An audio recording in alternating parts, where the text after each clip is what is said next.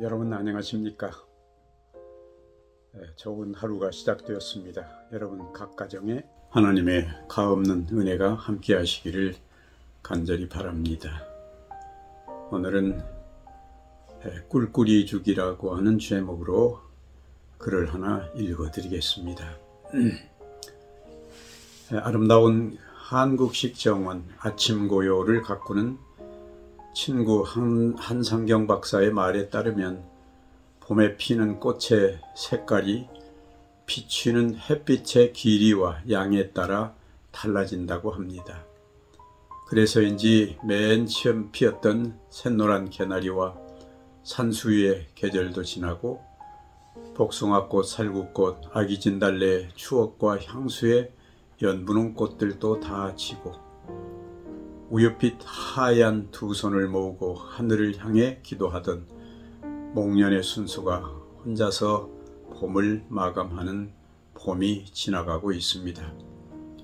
그 아침 고요에 꽃만큼 많은 아이가 엄마 손을 잡고 와서 뛰어놀고 있습니다. 한 아이가 천방지축으로 뛰어다니다가 넘어져 무릎에 피가 나자 으앙 소리를 내며 엄마에게 달려가 안깁니다. 눈물이 그렁그렁한 아이의 볼에 엄마도 볼을 부비며 눈물을 찔끔거립니다. 우리의 볼에 볼을 함께 부비면 우리의 눈물이 함께 흐르리 라는 릴케의 식구처럼 새삼스럽게 가슴이 젖어오는 5월입니다. 10여 년 전 서울에서 그리 멀지 않은 교도소의 교화위원으로 일한 적이 있습니다. 강물이 흘러도 강 가운데 섬은 요지부둥으로 흐르지 않듯이 단밖에 세월이 홍순한 강물처럼 빨리 흘러가는데도 다만 사람들에게는 정지한 듯 세월이 더디게 가는 곳이 교도소일 것입니다. 가끔 수용자들과 상담도 하고 강의도 하고 또 명절 때 잔치를 해주기도 했습니다.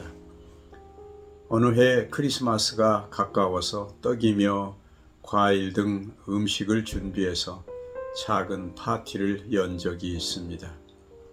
그날 몇 사람이 같이 갔는데 6살 된 막내를 데리고 간 것이 눈물 바다를 만든 화근이 되고 말았습니다. 그날 여성들이 수용되어 있는 여사에는 40~50명의 수인이 있었습니다. 머리가 허연 할머니에서부터 고등학교를 갓 졸업했음직한 앳된 아가씨들까지 푸른 수의를 입은 그들의 얼굴에 웃음기가 별로 없었습니다. 음식을 차린 후 그들을 앉혀놓고 몇 마디 짧은 얘기를 나누었습니다. 그러는데 막내는 엄마 옆에 앉아서 그들의 얼굴을 차례대로 물끄러미 바라보고 있었습니다. 그들의 눈이 아이에게 쏠려 있다는 것을 느낄 수가 있었습니다. 그들은 내 얘기에는 거의 귀를 기울이지 않고 아이와 눈빛을 마주치려고 애쓰고 있었습니다. 그러고는 내 이야기가 끝나자마자 누구라 할 것도 없이 할머니로부터 시작해서 젊디 젊은 아가씨까지 아이를 안아보려고 앞다투어 나가는 것이었습니다. 아이를 안고 볼을 부비며 어떤 사람은 꺼이 소리를 내서 우는 것이었습니다. 영문도 모르는 아이는 어쩔 줄을 몰라 울상이 되었습니다. 그 중에 아내 또래의 한 여자는 고향이 남도 자그마한 도시라고 했습니다. 그곳에서 교사로 일했는데 무슨 일이 잘못되어 여기 와 있다고 했습니다.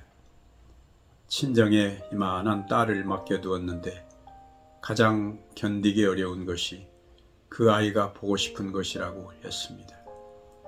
아침마다 씻겨주고 머리를 곱게 따주고 나면 예쁜 이름표를 가슴에 달고 엄마 다녀올게 라며 손을 흔들고 유치원에 가는 아이를 꼭 안아주던 그 일이 눈에 밟혀서 밤이면 베개를 안고 베갯잎이 다 젖도록 운다고 말했습니다.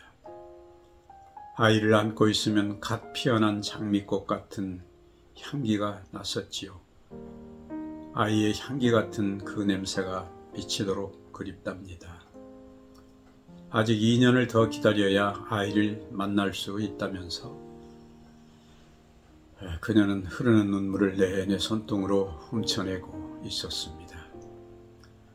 정이란 사람이 함께 살면서 쌓이게 마련인 정서의 축적이라고 합니다.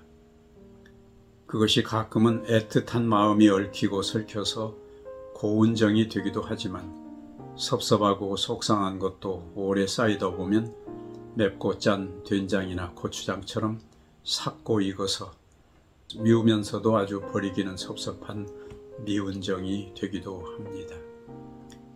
유별나게 정에 매달려 사는 우리나라 사람들은 만져주고 손을 잡아주고 쓰다듬어주고 안아주고 그렇게 해서 때려야 뗄 수 없는 정이 들곤 하는 것입니다.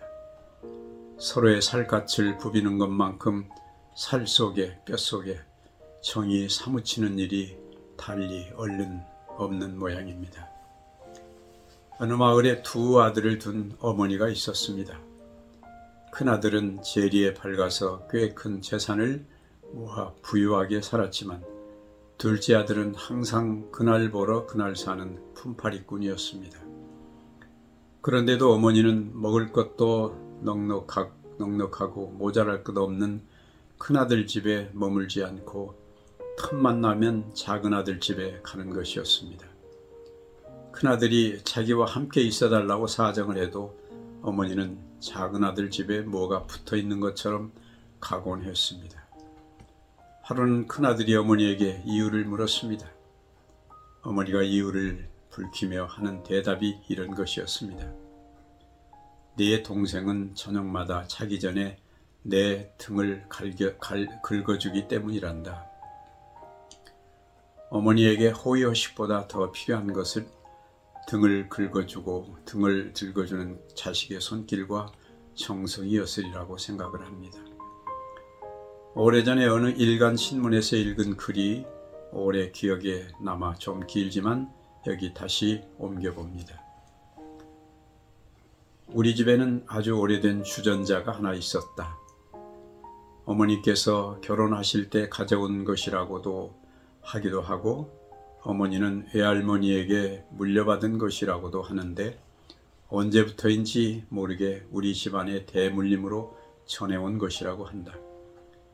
그 시커먼 주전자는 우리 집 거실 한쪽 막대기에 걸려 있었다. 이것은 또한 우리 집의 형편을 말해주기도 하는 것이기도 했다. 형편이 좀 나아질 때는 감자며 우유며 토마토, 옥수수 등이 듬뿍 들어 걸쭉해지지만 형편이 어려워지면 죽이 멀게 져서 한 사발씩 들이마셔도 쉽게 목구멍으로 넘어가곤 했다. 어쨌든 그 주전자는 항상 윗목에 걸려 있어서 우리 집 식구들이 언제든지 떠먹을 수 있는 죽이 끓고 있었다. 우리 집에는 그 죽을 꿀꿀이죽이라고 부르고 있었다. 나도 그 죽을 싫어하는 편은 아니었지만 한 번 그 죽 때문에 망신을 당한 적이 있다. 내가 학교에 다니던 그 학교의 같은 반에는 찰스라는 아이가 있었는데 그 아이는 집이 아주 부자여서 집에는 제복을 입은 요리사가 여러 명 있었다. 한 번 그의 집에 초대를 받아간 적이 있는데 얼마나 의리의리하던지 눈이 휘둥그레진 적이 있다. 그런데 찰스가 우리 집에 한번 와보고 싶다는 것이다. 그날로부터 나는 말할 수 없는 고민이 시작되었다. 다른 것은 그만두고라도 그 시커먼 주전자의 꿀꿀이죽을 그 아이가 보는 날이면 그날로 찰스와의 우정은 끝이 날 것이 뻔했다. 더구나 우리 집 식구들은 시도 때도 없이 포옹을 하고 키스를 해대는 것이었다. 찰스는 아버지하고도 겨우 악수나 하는 정도인데 우리 집에서는 내가 어디 나갔다 오면 엄마는 엄마의 볼에 반드시 키스를 해야 했다. 조금만 머뭇거리면 엄마는 즉시 너 어디 아프니? 하고 묻는 것이었다. 드디어 찰스가 우리 집에 오는 날이었다. 그가 도착하자 우리 집 8식구가 다 나와서 한 번씩 찰스를 안고 볼에 키스를 해대는 것이었다. 그리고 내게 가장 쥐구멍이라도 잡고 싶었던 순간이 왔다. 어머니는 찰스가 몸이 약하다며 꿀꿀이죽을 한 그릇 더 먹어야 한다며 그의 그릇에 듬뿍 퍼주는 것이었다. 그때 내 얼굴이 빨개진 것은 죽의 열기 때문이 아니었다. 그런데 놀랍게도 찰스는 그 꿀꿀이죽을 깨끗하게 비우는 것이었다. 그리고 얼마의 시간을 보낸 후 찰스는 또 한 번 우리 가족들의 포옹과 키스를 받으며 돌아갔다. 그런데 그가 문 밖을 나서며 내게 이렇게 말하는 것이었다. 너는 엄마가 요리를 잘해서 참 좋겠다. 다음에 학교에서 그를 만났을 때도 그는 너는 참 좋은 가족을 두어서 좋겠다 하며 진심으로 부러워했다.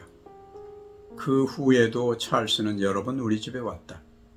그때는 우리 집의 꿀꿀이죽과 가족들의 포옹이 그렇게 부끄러울 수가 없었지만 세월이 흐른 지금에야 그것이 우리 가정에 얼마나 소중한 것인가를 깨닫게 되었다.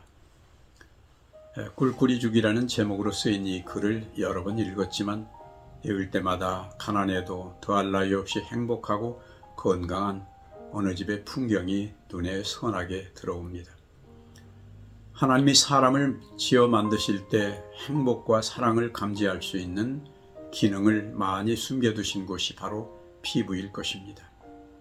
추위와 더위를 느끼며 가려움증과 또 피부가 맞닿을 때까지 가슴까지 떨려오는 전율과 감동을 감지하는 곳이 바로 피부입니다.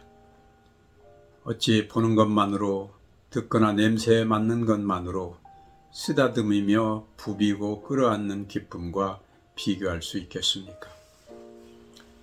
여호와 하나님이 아담에게서 취하신 그 갈빗대로 여자를 만드시고 그를 아담에게로 이끌어 오시니 아담이 가로되 이는 내 뼈 중에 뼈요 살 중에 살이라. 이것을 남자에게서 취하였은즉 여자라 칭하리라. 창세기 2장 22절 23절에 있는 말씀입니다. 포옹은 너는 내 살 중에 살이며 뼈 중에 뼈인 것을 다시 확인하는 것입니다. 너는 내 심장이요 가슴이라는 것을 몸이 느끼게 하는 일입니다. 내 모든 것을 주고도 또 주어도 아깝지 않다는 것을 고백하는 것입니다. 가정의 달에 자식들과 아내와 그리고 늙으신 어머니를 힘껏 안아줄 수 있다는 것이 얼마나 큰 행복입니까?